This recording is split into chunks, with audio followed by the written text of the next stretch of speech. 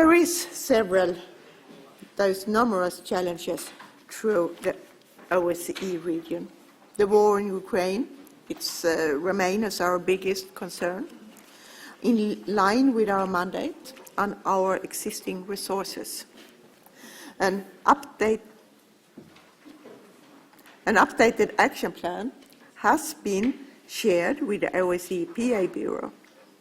Given the limited options for parliamentary engagement at the present stage, our current efforts should focus on raising awareness about the Birmingham Declaration, continuing with strong and targeted public messaging, and providing a space for debates.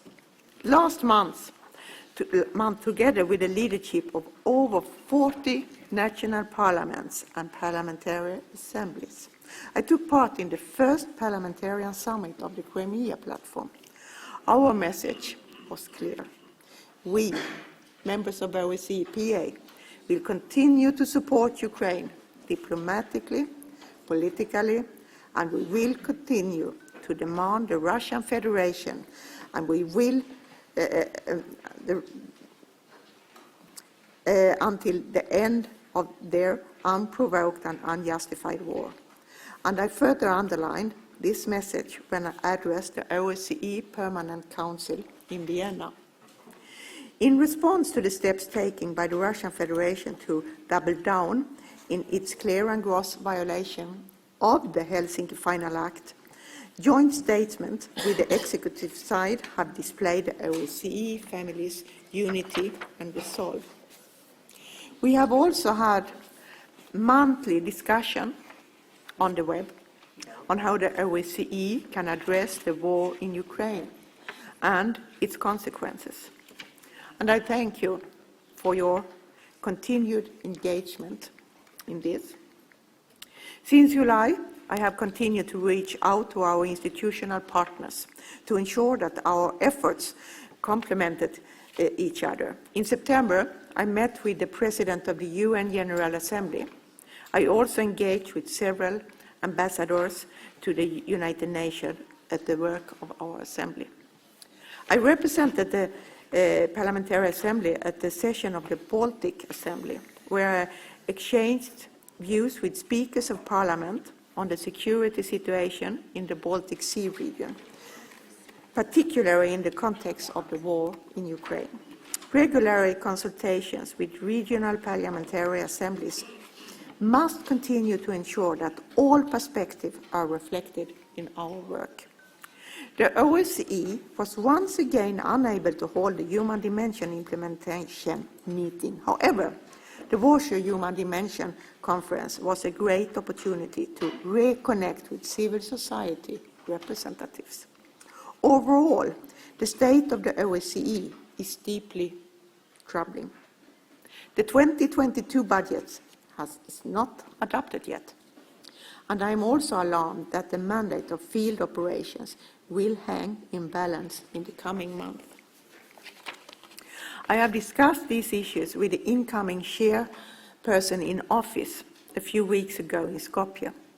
We need to continue working closely with the OSCE chair to have the greatest impact. In Skopje and during my visit to San Marino in September, I held valuable exchange with members of the OSCE PA to discuss current and upcoming activities.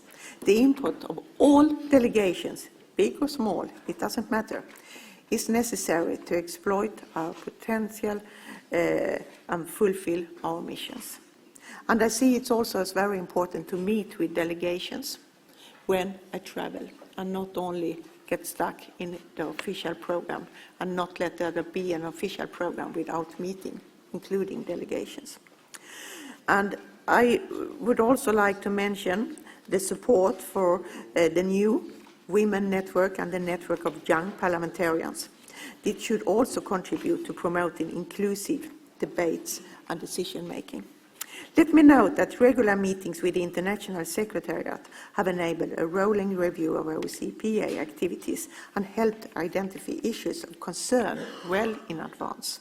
Our discussions have fed in longer-term efforts to modernize the work of the Assembly and revitalize the OSCE.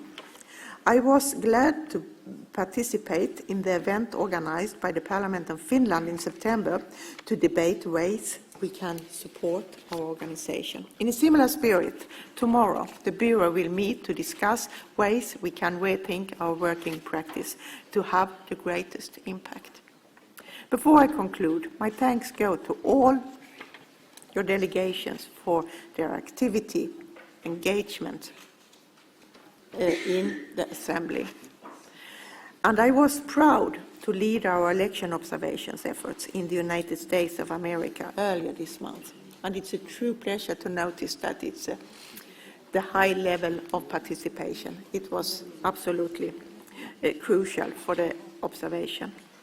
Before I conclude, my thanks go to all. I appreciate your cooperation in the framework of the OSCE and your efforts to promote respect for our shared values and commitments in your national parliaments and your countries. It is important to remember to bring the fruit of our discussions back home so they can benefit our citizens and come to work into our national work in our parliament. I would also like to thank the International Secretariat for the support I have received as President. Thank you very much.